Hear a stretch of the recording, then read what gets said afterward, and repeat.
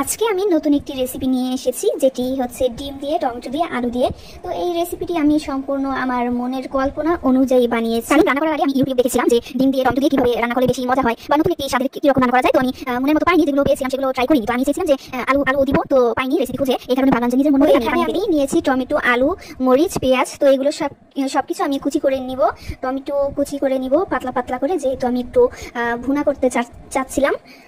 তো দেখতেই পাচ্ছেন আমি কিভাবে কুচি করে নিয়েছি। আপনারা আপনাদের মন মতো যেভাবে ইচ্ছা হয় সেভাবে কুচি করে নেবেন। তো আমি একটি কড়াইয়ে তেল দিয়ে দিব, তেল গরম করে নিব।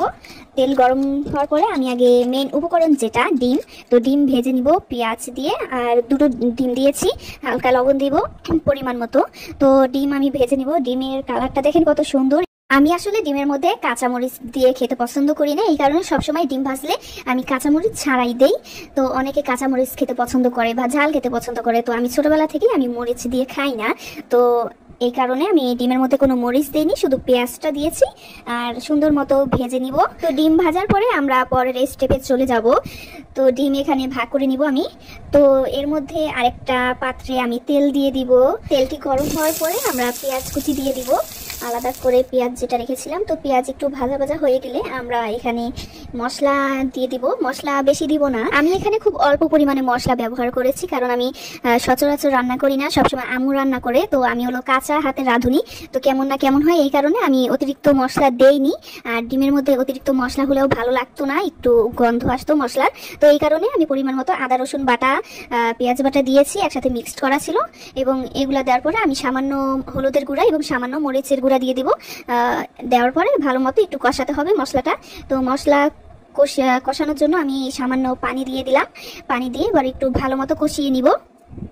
মশলার মধ্যে জিরা বাটাও ছিল, যেটা আমার বলতে আর কি মনে ছিল না।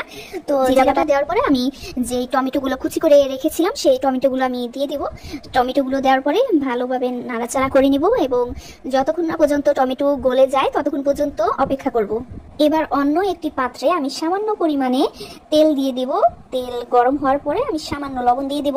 এটি আসলে আমি আলু যেই কুচি করা ছিল, তো আলুগুলো আমি অর্ধেক ভেজে দিয়েছি, কারণ আমার হাতে টাইম কম ছিল, এই কারণে আমি অন্য একটি চুলায় আমি আলুগুলো ভাজতে শুরু করে দিয়েছিলাম, যেহেতু একটু সময় লাগে, এই কারণে আমি যাতে একটু আমার সুবিধা হয় তো আমি ভেজে নিয়েছি। আপনারা চাইলে সরাসরি সিদ্ধ করতে পারেন, কারণ আমিও এখানে অর্ধেকটা ভেজে নিয়েছি এবং বাকি অর্ধেক আমি সিদ্ধ করে নিব।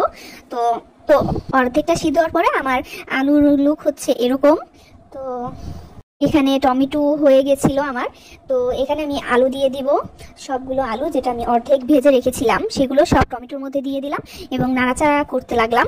তারপর আমি এখানে পরিমাণ মতো একটু পানি দিয়ে দেব, যেই বাকি টমেটো এবং আলু যেটা আমি অর্ধেক ভেজে রেখেছিলাম সেটি আমি পুরোপুরি সিদ্ধ করার জন্য এখানে পানি এবং দিয়ে দিলাম। আম্মু আজকে বাসায় না থাকার কারণে আমি একটু একা একা মাদুরি করে একটু রান্না করেছিলাম। এরপর আমি কাঁচামরিচ দিয়ে দিব, যেগুলো আমি আগেই কুচি করে রেখেছিলাম, এবং সামান্য পরিমাণ মতো আমি লবণ দিয়ে দিব। লবণ দেওয়ার পরে আমি ঢাকনা দিয়ে ঢেকে দিব, এটি ভালোভাবে জাল হওয়ার জন্য এবং আলুগুলো সিদ্ধ করার জন্য। তো আমার সিদ্ধ প্রায় হয়ে গেছে। এরপর আমাদের মেইন উপকরণ যেটি আগে আমি ভেজে রেখেছিলাম ডিম, সেগুলো সব আমি দিয়ে দিব। এবং আমি এখানে 6 পিস করে নিয়েছি ডিমগুলোকে। ডিমগুলোর সাথে ভালোভাবে নাড়াচাড়া করতে হবে, যাতে সব কিছু এক হয়ে যায়, ডিমের মধ্যে যেন মশলাগুলো ঢুকে। তো এই ছিল আমার রেসিপি। দেখতে কিন্তু দারুণ হয়েছে, তো আপনারা চাইলে বাসায় ট্রাই করে দেখতে পারেন। খুব সুস্বাদু একটি খাবার। তো ভালো থাকবেন সবাই, আল্লাহ হাফেজ।